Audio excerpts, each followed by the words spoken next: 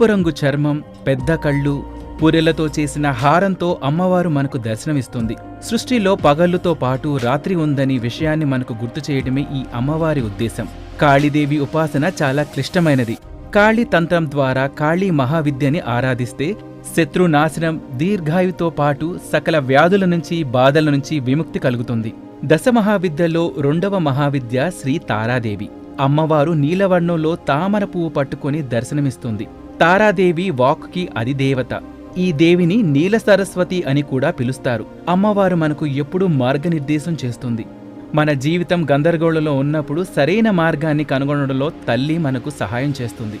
త్రిపుర సుందరీదేవి అరుణవర్ణంతో ప్రకాశించే దశమహావిద్యల్లో 3వ మహావిద్యగా ప్రసిద్ధి పొందింది.